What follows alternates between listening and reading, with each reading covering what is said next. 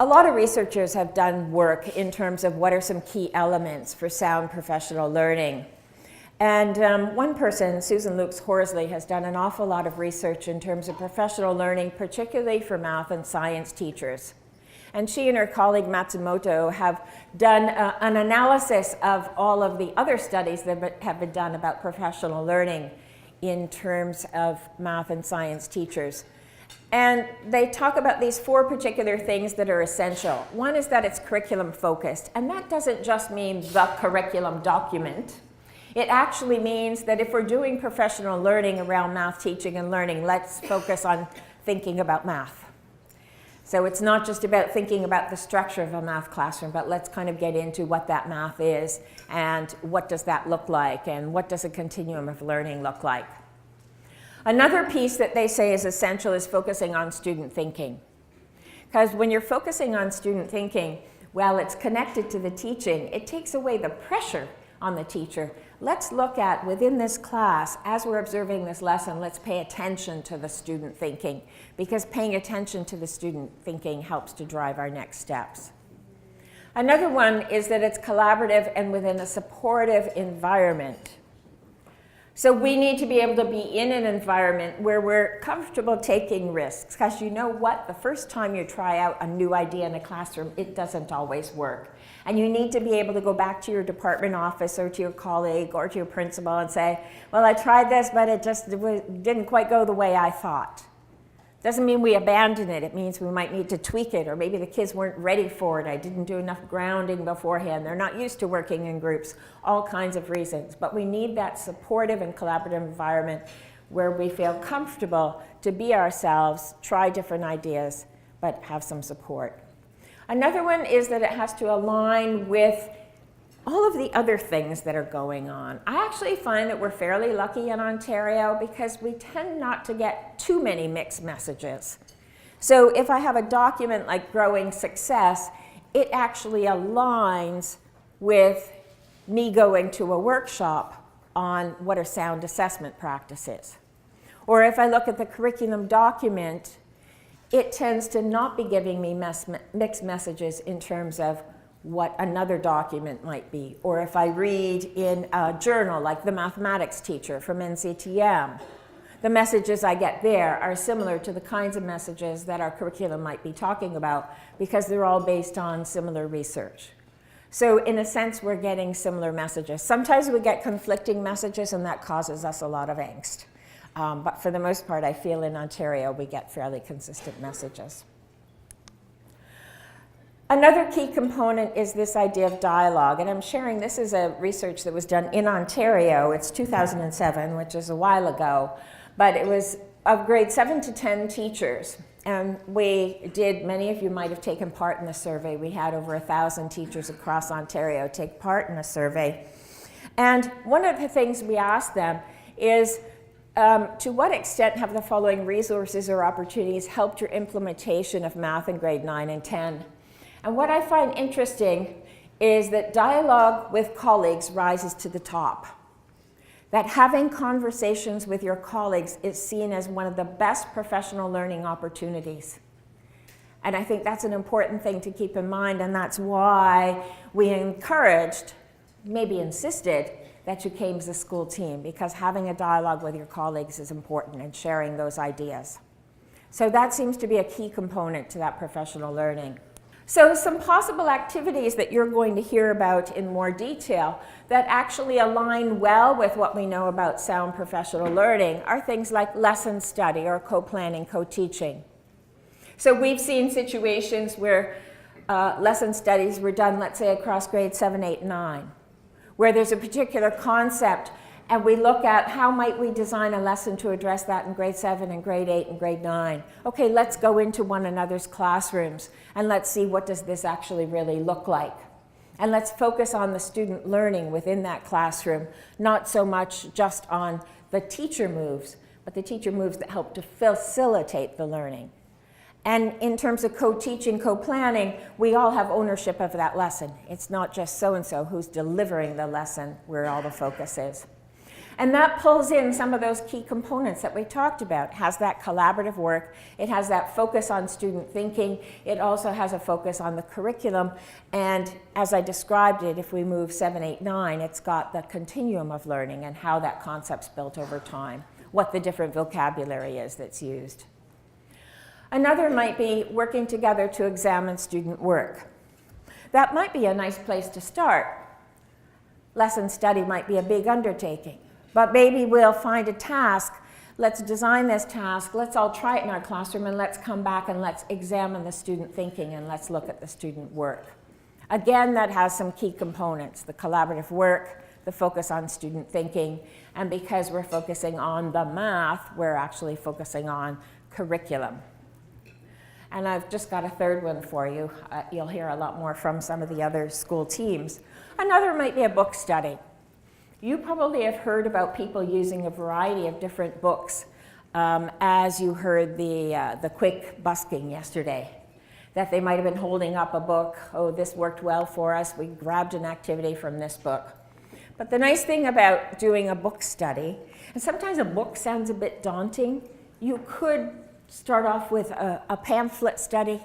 Often the ministry puts out monographs or a series called Paying Attention To. I really like the one that's called Paying Attention to Algebraic Reasoning. I've used that many times. I've even used it just within one setting to do a jigsaw to look at what does that look like.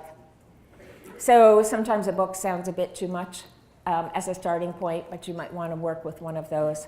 It also brings in what's called that knowledgeable other. So it gives you new ideas. Sometimes you need new ideas, and I'm hoping that yesterday you got some new ideas, just a spark. Sometimes you hear something and it sparks an idea you already had, or you say, oh yeah, that's kind of like something I'm already doing. So it just kind of rejuvenates you in terms of that. So that's kind of grounding what we know about sound professional learning. A really short clip in terms of that. But I want to share then, how did that play out in terms of just a quick overview of how some of our teams worked. What was really important is that the teams made decisions. So as a research team, we did not tell them what to work on. As project leads in terms of the steering committee, we did not tell them what to work on. The only parameter was that it had to be grade 9 applied mathematics that was the focus, and that it was really revisiting the curriculum. So teams chose their own problem of practice. Teams chose when they would meet, how they would meet, ways in which they would work, and what sorts of things they might need to facilitate their learning.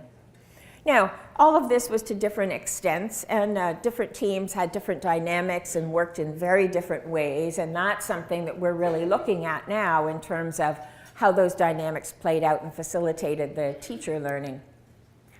So they differed in terms of their format, the team dynamic, the activities that they did, and the kinds of ways that they felt supported, where they drew their support from. So that was all quite different. So in terms of format, some schools structure their meetings in a fairly formal way with an agenda. Others came together and it was very much a distributed leadership where they decided, okay, what are we working on today? So the agenda was not necessarily carved in stone. They negotiated that at the beginning.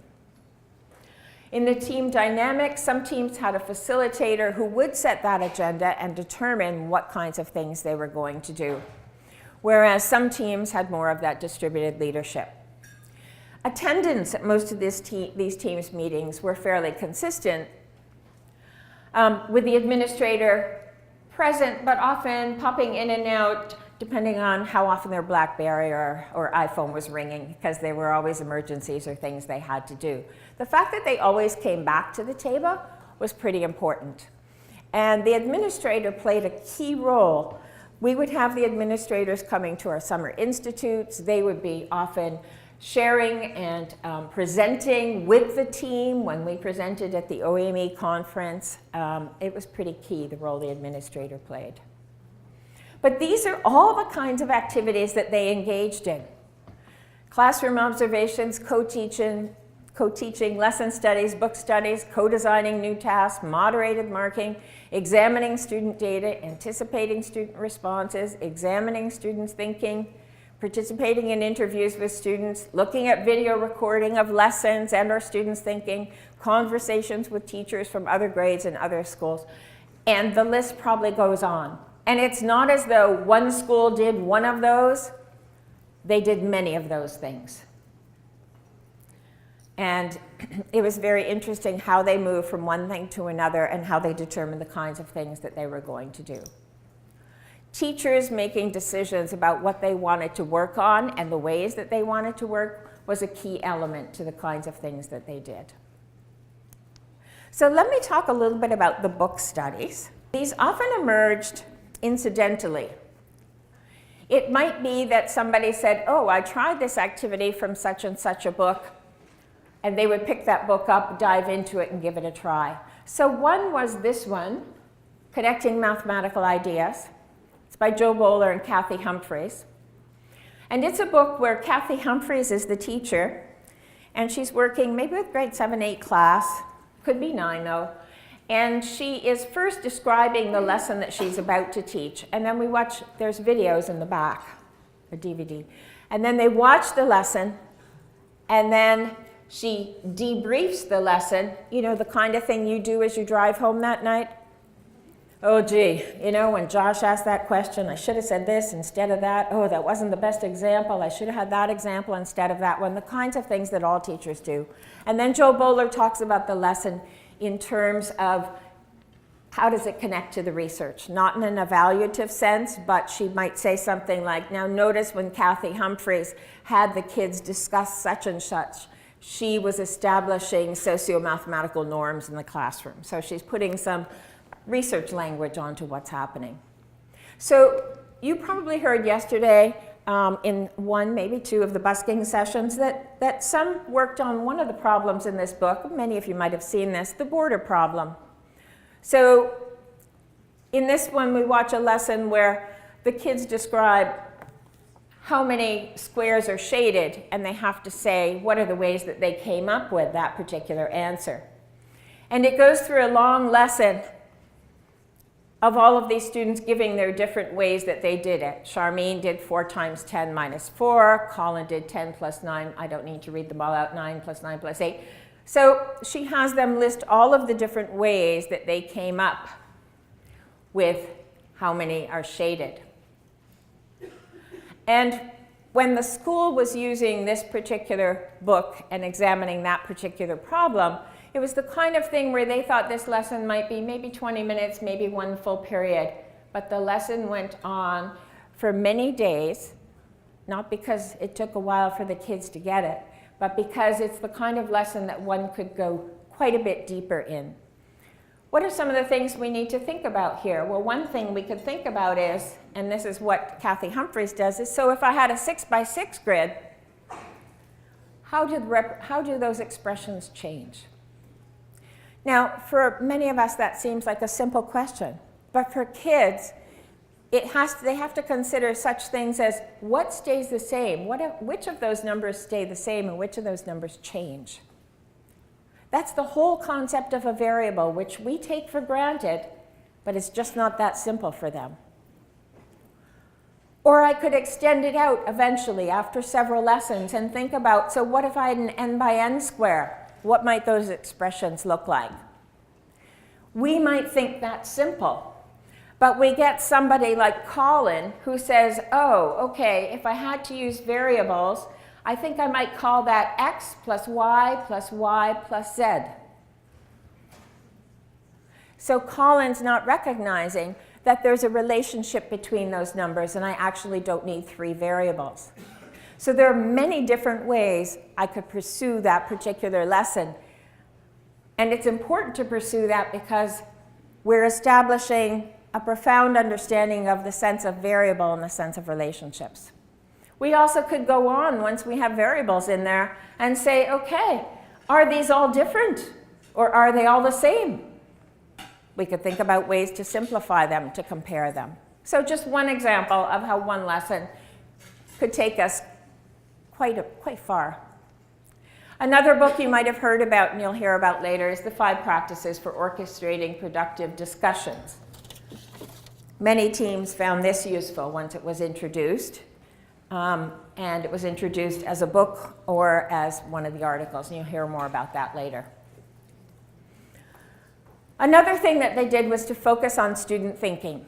And they might focus on student thinking by looking at written work or by looking at videos of student thinking or looking at videos of classrooms.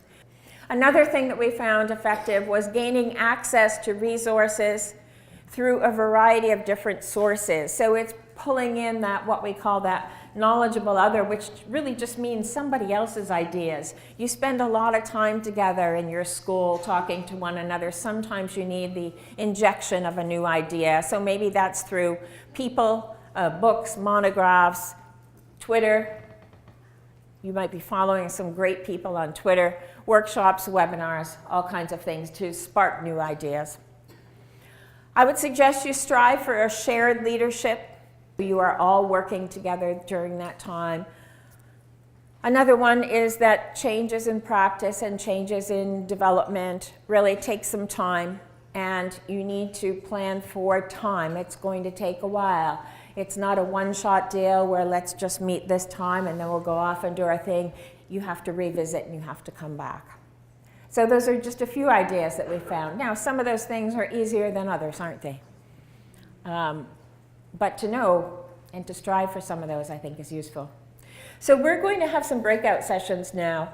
And these are the titles of the breakout sessions. Again, we're doing them randomly, but you'll get to hear about them from the other people. So one is working across the grades.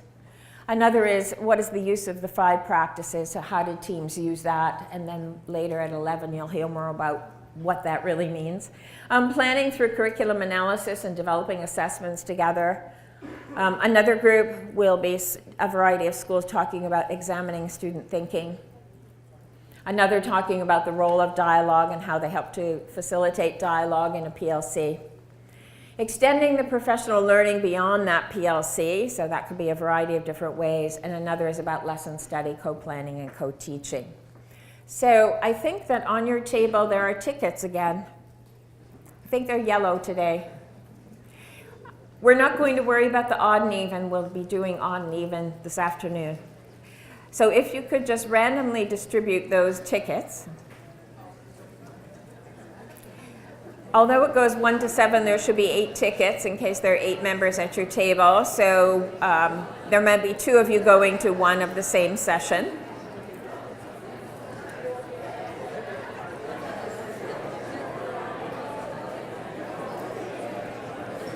Okay, now once you have your ticket, you're ready to roll. So we're going to be 9:30 to 10:15. You'll be hearing this breakout session. The locations are posted up there on the slide. You have a break from 10:15 to 10:30, and we're back here at 10:30 ready to share. Okay? So have a good session. I'll leave this up for a minute. Maybe quickly jot down where you're going because I need to grab my computer and move myself to another room. So make sure you jot down where you're going. Quickly jot down where you're going so I can grab the computer. Thank you.